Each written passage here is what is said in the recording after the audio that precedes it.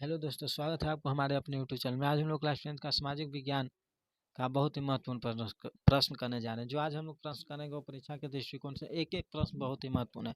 तो आज आप लोग एक भी प्रश्न को स्किप नहीं कीजिएगा और सभी प्रश्न को नोट करते चलिएगा। तो बिना लेट किए आज हम लोग अपने वीडियो को स्टार्ट कर। तो पहला प्रश्न देखेंगे, हिंद चीन में बसने वाले फ्रांसीसी कहे जाते थे। हिंद चीन में बसने वाले फ्रांसीसी कहे जाते थे कोलोन। ऑप्शन सी इसका सही आंसर होगा। दो का देखिए, रोलेक्ट एक्ट कब पारित हुआ था। रोलेक्ट एक्ट कब पारित हुआ था? रोलेक्ट एक्ट 1917 में पारित हुआ था। ऑप्शन किसी में टाइपिंग एरर है यहाँ पर। इसका राइट आंसर हो जाएगा ऑप्शन नंबर ए 1917। तीसरा देखिए, जालियांवाला बाग हत्याकांड के विरोध में किसने अपनी नाइट की उपाधि त्याग दी थी? तो जो जालियांवाला बाग हत्याकांड हुआ था इसके विरोध में रविन्द्रनाथ टैगोर ने अपनी नाइटहुड की उपाधि त्याग दी थी। और महात्मा गांधी अगर कहेगा तो केसर ए हिंद की उपाधि। महात्मा गांधी ने किसकी उपाधि त्याग दी थी? केसर ए हिंद की उपाधि त्याग दी थी। तो इसको भी नोट करते चलेगा कि महात्मा गांधी ने केसर ए हिंद की उपाधि त्याग दी थी। अब देखेंगे, जर्मन के एकीकरण में किसकी भूमिका महत्वपूर्ण थी? जर्मन के एकीकरण में किसकी भूमिका महत्वपूर्ण पूर्ण थी? तो जर्मनी के एकीकरण बिस्मार्क की भूमिका बहुत ही महत्वपूर्ण थी। तो इसका राइट आंसर हो जाएगा option number B. Arya Samaj की स्थापना किसने की? तो जो आर्य समाज की स्थापना था रामकृष्ण परमहंस ने की। कह रहा है अगला प्रश्न कि पूर्ण स्वराज की मांग का प्रस्ताव कांग्रेस के किसी वार्षिक अधिवेशन में पारित हुआ? जो पूर्ण स्वराज का मांग था वो कांग्रेस के किस वार्षिक अधिवेशन में पारित हुआ? तो इसका राइट आंसर हो जाएगा ऑप्शन नंबर ए 1929 लाहौर अधिवेशन में। भारत में सूती वस्त्र की प्रथम मिल खोली गई। जो भारत में है सूती वस्त्र की प्रथम मिल कहाँ खोली गई? तो भारत में सूती वस्त्र की प्रथम मिल खोली गई थी मुंबई में। इसका राइट आंसर होगा option number B. Akhil Bharatiya trade union Congress AITUC all India trade union of Congress के प्रथम अध्यक्ष कौन थे?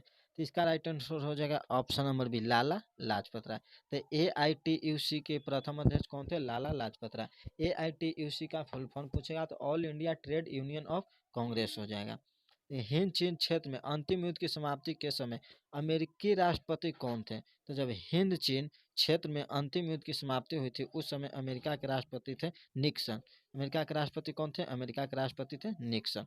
आगे देखेंगे, विक्टर इमैनुअल ने किसे प्रधानमंत्री नियुक्त किया था?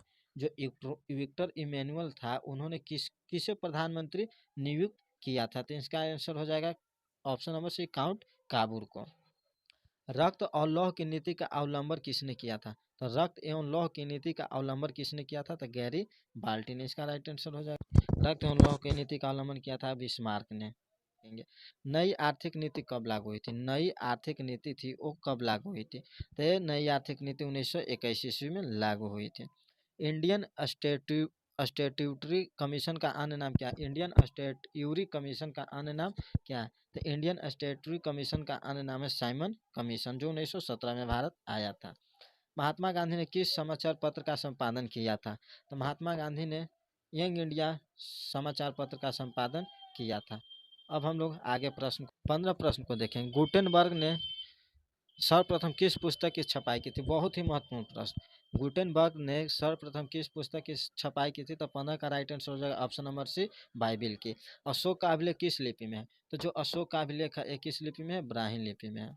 17 को देखेंगे, बंगाल विभाजन कब वापस लिया गया था?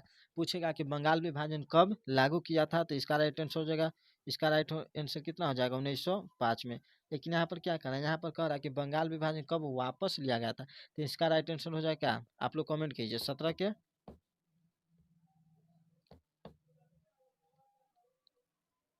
इसका राइट आंसर हो जाएगा ऑप्शन नंबर ए 1911 में। लॉर्ड हार्डिंग द्वितीय उस समय थे, उन्हीं के समय में लिया गया था वापस।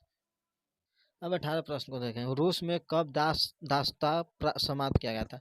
जो रूस में दास प्रथा चल रहा था उसको कब समाप्त किया था? तो ये समाप्त किया गया था 1861 में। तो 1861 कहाँ है? देखिए यहाँ पर 1861 है, इसको सुधार लीजिएगा।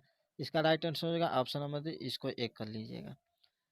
19 प्रश्न देखें, किस सम्मेलन में 1 मई को मजदूर दिवस मनाने का निर्णय लिया गया? किस सम्मेलन में 1 मई को मजदूर दिवस मनाने का निर्णय लिया गया? तो 19 का राइट आंसर हो जाएगा ऑप्शन नंबर बी द्वितीय अंतर्राष्ट्रीय सम्मेलन में। इसका राइट आंसर होगा ऑप्शन नंबर बी द्वितीय अंतर्राष्ट्रीय सम्मेलन में। हो ची मिन की सरकार थी, बताइए हो ची मिन की जो सरकार थी वो कौन थे?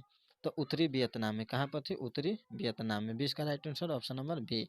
वार एंड पीस किसकी रचना है? एकदम VVI प्रश्न, इसको नोट एकदम पक्का नोट VVI लगाइएगा। तो वार एंड पीस जो रचना है वो लियो टोल्स्टॉय की। 21 का right answer option number B होगा। सोवियत संघ का विघटन हुआ था, जो सोवियत संघ का विघटन कब हुआ था? तो 22 का राइट आंसर होगा ऑप्शन नंबर बी। पटना को अजीमाबाद नाम किसने दिया था? जो पटना था उसको अजीमाबाद किसने नाम दिया था? तो अजीम उस शान ने। इसका किसने नाम दिया था? अजीम उस शान ने। तो इसका right answer option number B.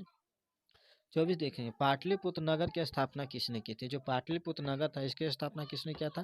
तो बिंदुसार, चंद्रगुप्त मौर्य, अजातशत्रु। तो पाटलिपुत्र नगर इनमें से कोई नहीं हो जाएगा। तो 24 का राइट आंसर हो जाएगा ऑप्शन नंबर डी, इनमें से कोई नहीं। भारत में राष्ट्रीय आय की गणना किस संस्था द्वारा की जाती है? तो भारत में राष्ट्रीय आय की गणना जो की जाती है वो केंद्रीय सांख्यिकी संगठन द्वारा। इसका शॉर्ट नेम देगा CSO, सेंट्रल स्टैटिस्टिक्स ऑर्गेनाइजेशन। इसका शॉर्ट नेम कौन होता है? CSO। तो 25 का राइट आंसर होगा ऑप्शन नंबर ए। 26 को देखेंगे, योजना आयोग का गठन कब हुआ था? तो जो योजना आयोग था इसका गठन कब हुआ था? तो योजना आयोग का गठन हुआ था 15 मार्च 1950 को, जब इसी का नाम कर दिया नीति आयोग 2015 में 1 जनवरी। 27 देखेंगे, उत्पादन के साधनों पर निजी व्यक्तियों का स्वामित्व होता है, कौन सी अर्थव्यवस्था कही जाती है? तो जब निजी व्यक्तियों का स्वामित्व होता है तो ये कही जाती है पूंजीवादी व्यवस्था, जिसमें सरकार और निजी दोनों का होता है, वो मिश्रित अर्थव्यवस्था होता है, जो भारत मिश्रित अर्थव्यवस्था के अंतर्गत आते हैं। गैस और बिजली उत्पादन किस क्षेत्र का अंग है? तो गैस और बिजली उत्पादन जो है एक किस क्षेत्र का है? किधर गया प्रश्न? गैस और बिजली उत्पादन का जो क्षेत्र है द्वितीय क्षेत्र का। किस क्षेत्र का है? द्वितीय क्षेत्र का है। तो 28 का right answer option number B. Bangladesh की मुद्रा का क्या नाम है? बांग्लादेश की मुद्रा का नाम टका है। 29 का right answer option number B. 30 देखिएगा, प्रोफेसर मोहम्मद यूनिस का संबंध किस देश से है? जो प्रोफेसर मोहम्मद यूनिस है इनका संबंध किस देश से? तो 30 का राइट आंसर हो जाएगा ऑप्शन नंबर सी, बांग्लादेश। प्राथमिक कृषि साख समिति कृषकों को किस प्रकार का ऋण प्रदान करती है? जो प्राथमिक कृषि साख समिति है वो कृषकों को किस प्रकार का ऋण प्रदान करता है? तो अल्पकालीन, मतलब कम समय के लिए ऋण देता है। 32 देखेंगे, अब 32 प्रश्न यहाँ से शुरू होता है। जवाहर रोजगार योजना किस वर्ष प्रारंभ हुई? जो जवाहर रोजगार योजना है वह किस वर्ष प्रारंभ हुई थी? तो 32 का राइट आंसर हो जाएगा ऑप्शन नंबर सी, 1989 में। थोड़ा ज़्यादा हो गया, जो इसको सही करते हैं। कब हुआ था? 1979 में। अब 32 देखेंगे, 32 कहता है मनरेगा में 1 वर्ष में कितने दिन का रोजगार देने की गारंटी है? तो मनरेगा में जो है रोजगार देने का 1 वर्ष में जो गारंटी है 100 दिन, लेकिन अब इसे क्या कर दिया गया? अब इसे बढ़ा दिया गया, 200 दिन शायद कर दिया गया। तो 33 का राइट आंसर होगा ऑप्शन नंबर डी। 34 प्रश्न को देखेंगे, उपभोक्ता संरक्षण के लिए कितने राज्य आयोग हैं? तो उपभोक्ता संरक्षण के लिए 582 राज्य आयोग हैं। 34 का right answer option number A हो जाएगा। 35 कह रहा है कि प्रोफेसर PC महालनोबिस की अध्यक्षता में किस समिति का गठन किया गया था? तो प्रोफेसर PC महालनोबिस की अध्यक्षता में जो कमेटी का गठन किया गया था वो कौन था? बताइए, आप लोग कमेंट कीजिए। 35 का राइट आंसर होगा ऑप्शन नंबर ए, राष्ट्रीय आय समिति। उपभोक्ता व्यय और बचत का योग कहलाता है। देखिए, उपभोक्ता व्यय यानी कि उपभोक्ता जो व्यय कहलाया और बचत का जो योग हो जाएगा वो कौन सी कहलाएगा? आय कहलाएगा। आय में से हम खर्च और बचत को जोड़ देंगे तो क्या आएगा? जो हम लोग कमी नहीं करते हैं, जो कमाते हैं वही आ जाएगा, आय हो गया। आय उसी को कहते हैं। निम्न में से कौन आर्थिक क्रिया का चक्रीय प्रवाह है?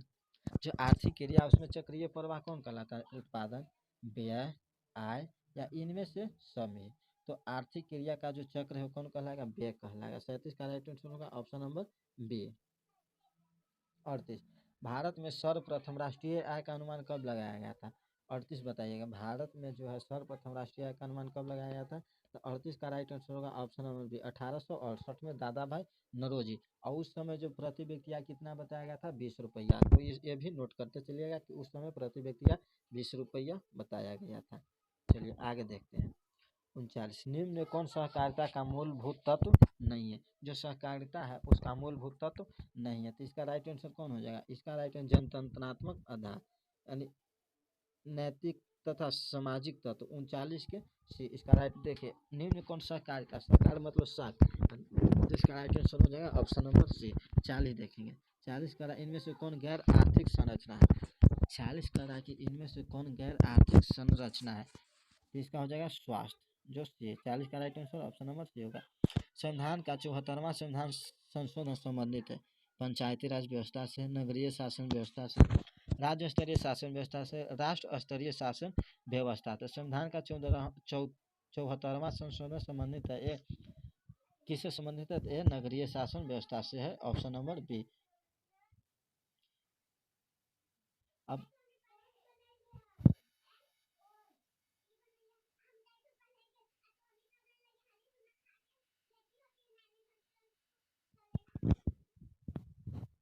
अब 42 प्रश्न को देखेंगे। बिहार में एक नगर में अधिकतम कितने वार्ड हो सकते हैं? जो बिहार में एक नगर है उसमें कितने वार्ड हो सकते हैं? इसका राइट आंसर होगा ऑप्शन नंबर बी 75। चिपको आंदोलन संबंधित है मेधा पाटेकर से, लाला लाजपत राय से, अमृता देवी से, सुंदरलाल बहुगुणा से। तो जो चिपको आंदोलन संबंधित है किससे? सुंदरलाल बहुगुणा से। मेधा पाटेकर किससे है? तो मेधा पाटेकर जो है सो है नर्मदा बचाओ अभियान से। मेधा पाटेकर अगर पूछेंगे तो इसका संबंध किससे? तो इसका संबंध है नर्मदा बचाओ अभियान से। तो ये भी नोट कर लीजिएगा, नर्मदा बचाओ अभियान से मेधा पाटेकर का संबंध है। नेपाल में सप्तदलीय गठबंधन क्यों किया गया था? जो नेपाल में था वो सप्तदलीय गठबंधन क्यों किया गया था? तो लोकतंत्र की स्थापना है। तो 44 का right answer option number A होगा। 45 बहुजन समाज पार्टी की स्थापना किसने की थी? बहुजन समाज पार्टी की स्थापना किसने की थी? तो 45 का राइट आंसर होगा ऑप्शन नंबर सी काशीराम। 45 का ऑप्शन 1984 में, अगर ईस्वी पूछेगा तो इसका ईस्वी हो जाएगा 1984 में। 45 का राइट आंसर ऑप्शन नंबर 46। दल बदल कानून लागू होता है तो दल बदल लागू कब हो, किन के बेस होता है? तो सांसदों एवं विधायकों पर। 46 का right answer option number A. Jharkhand Bihar से कब पृथक हुआ था? जो झारखंड था बिहार से कब पृथक हुआ था? 15 नवंबर 2000 को, 15 नवंबर 2000 को अलग हुआ था। इनमें से कौन संघीय प्रणाली की विशेषता नहीं है? जो संघीय प्रणाली है लिखित संविधान होता है, एकहरी शासन व्यवस्था, शक्तियों का विभाजन, सर्वोच्च न्यायपालिका। तो संघीय शासन व्यवस्था में एकहरी शासन व्यवस्था नहीं होता है।